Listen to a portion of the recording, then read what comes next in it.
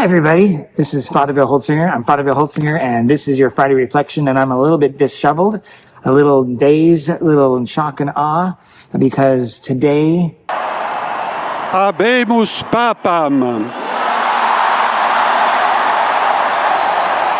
That is May 8th, is a day that I will never forget, because the cardinals in the conclave elected Robertum Franciscum, Sancte Romane Ecclesiae, Cardinalem Prevost.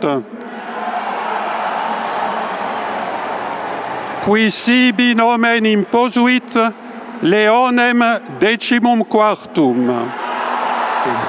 Now Pope Leo XIV.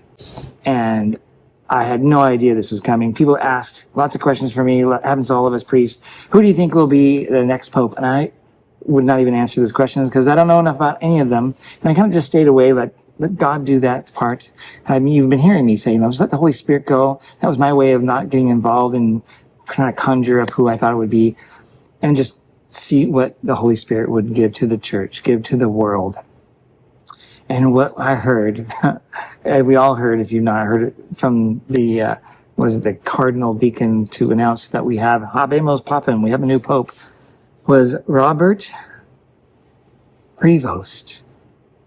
And I'm thinking, what? And then I hear the commentator, I was listening to EWTN, just to make it clear, he said that is the first, or this is the first American Pope. So I'm like, it is that person. I don't understand a lot of Latin, so there's a lot of words that start when they introduce the Pope, but I was listening very clearly to see if I can catch that name. And sure enough, I like, what? And here's the weird part, because I was with my staff, we were in my office, because we knew, of course, the smoke flew up into the air out of the chimney. We're all gathering around for about 40 minutes to wait before he came out. And, again, there's questions like, who could it be, etc. And I was just joking. I go, well, I don't know.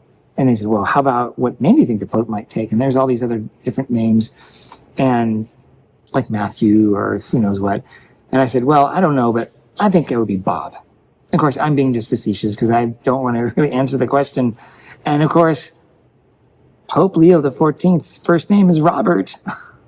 And even more, it turns out that is Charlie, our leader of the food closet. He actually guessed it would be him. They said, that's who it's going to be. It's going to be Cardinal Prevost. And there's no way in any scenario that an American bishop, cardinal, would become a pope.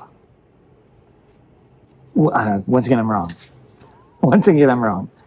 Well, it turns out, as we all probably know all this information, he also was born in Chicago. As a priest, he went to Peru and there became very active in the community, became a bishop.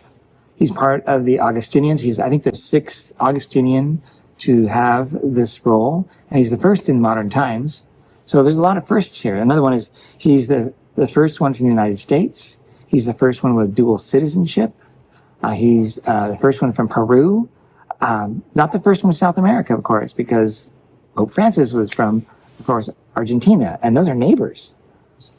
So this is an amazing event, and I will never forget. And not only that, I'm so glad that I was with my staff who were working that day, and we just kind of stopped what we're doing. We're in as a community talking about who could be excited, etc. We even had a table set aside where we had some yellow and white flowers. I brought in some sparkling cider, just because when that'll happen, and I emailed the staff, let's just get together if we happen to be working when it happens. And that's exactly what happened. I thought tomorrow maybe would be the day. Nope, it was today. And I actually had a meeting, and right as I was going to close the door because it was getting kind of distracting, some noise out there, I turned it back around and I had it on my computer, my monitor, the smokestack, this chimney, and white smoke came out of it. I'm like, oh, wait, let's make sure it's white. Sometimes it was gray or it turns black. And it didn't. And then, of course, you hear people going crazy in Vatican Square. You start hearing the bells. And sure enough, and so I yell out to the whole staff, we have a pope. He's been elected. Come on in. So we sat in the office and just talked and shared. And what an amazing thing. So, of course, he's also, I think, the first from the dicastery of bishops. So he has a background of assigning bishops and also recommending certain priests to become bishops. So he knows the lay of the land, and he knows the culture from South America, in the United States as well. The languages, I believe he speaks English, Spanish. I think he speaks French, clearly Italian, and he speaks some Latin, and I think he can read German. There may be more. There's so much that we're still going to learn from him. And I'm just kind of like, I'm so excited. An American Pope? That's like a fictional book. How can this possibly be? Well, because the Holy Spirit's involved. Go back to all that. Remember, I said, be cautious about looking at the pundits and what they might say. And that's why I try to avoid giving any kind of thoughts as to who could possibly be that person. And, well, what a surprise. What a glorious surprise for all of us, especially us in the United States. I wonder, is he goes on vacation? Is he going to go to Peru? But maybe he likely would go visit Chicago and hey, congratulations to everybody from Chicago, right? That's awesome. But apparently, the cardinals believe that this is the person that the world needs, that the Holy Spirit inspired them to elect. And I have to think that because I would normally, just in my own reason, say, well, politically, that's not going to go well at all. I mean, the United States thinks that, we're a superpower. Of course, we are in so many ways, but that can look like arrogance to other countries. And we think differently as Westerners than Easterners in other countries as well. Is that going to work? So a lot of things are noted. He spoke Italian when he was speaking to the community of people. And when he did speak, he didn't just say, peace be with you. He said, peace be with all of you. That's a tell. More of a tell is his name, Leo. The last Leo was Leo the 13th. That's back in 1903. So that's 102 years ago. And he is a saint. In fact, all of the Leos, I believe, are saints. They're all canonized, I believe. But this particular saint, Leo the 13th, whom Leo the 14th is, his namesake, wrote the document encyclical Rerum Novarum, the foundational reflection of the church on social justice. And it's interesting because 2,000 years have passed and we really haven't had a really thought out, cohesive sense of a doctrine or a theology around social justice. But Pope Leo the 13th is that person, Rerum Novarum. It's worth your read because that's also a tell. This is something about the Pope that we're going to have, and very much different than Francis, but also putting into action some of the things. He mentioned synodality when he was speaking. Again, I'm picking some of this up in Italian.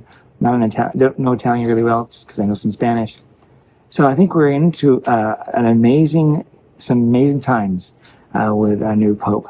So whether you know him or don't know him, whether you are happy or not, this is the one that the Holy Spirit has chosen. I am just kind of flabbergasted. I kind of don't know what else to say, but I'm so excited. I'm so excited. In fact, I was so excited. I said, let's have a little party in the office, and we did that afterwards. And I talked to Dr. Irwin, and we reserved the end of the day to bring all the kids in the church. We quickly got a picture of him on a poster board, did some social media. We're going to have some holy cards so you can pray for him, hopefully out as soon as possible. And we had basically a service of praising God for him and praying for him, sang some songs. I gave a small little homily, and then the kids ended the day. But I told them, this is a day you should never forget. This is a day where a pope was elected. You saw it as it happened. And it's going to be quite a ride, I think. The Holy Spirit's in charge. I don't know what direction and how this is going to happen. But boy, oh boy, what a wonderful day that is. The church rejoices. The world rejoices. Everybody's been praying for this. So I want to thank you for your prayers. This weekend, hopefully we'll have our yellow and white bunting around this image and also around the doors. Hopefully maybe we might even have some holy cards out. We'll see. It's an international festival this weekend. And I think how amazing that is that a man from the United States and also Peru, who represents many cultures, speaks many languages, is our new Pope. So we have many reasons to celebrate. Many people in our community. I think there's 44 different countries minimally represented. I think we have that many banners coming in just at this 5:30 Mass. So by the way, if you kind of go to the international festival, you need to come to Mass. That would be the perfect time to see our internationality, on display. But ultimately, it's a prayer of thanksgiving to God. That's what Mass is. It's not so much about ourselves. It's about what God has done and has continued to do for you and me, and for the world. So folks, let's rejoice. Let's rejoice that we have now a Pope. Habemus Papam. God bless you, and I'll see you this weekend. Bye-bye.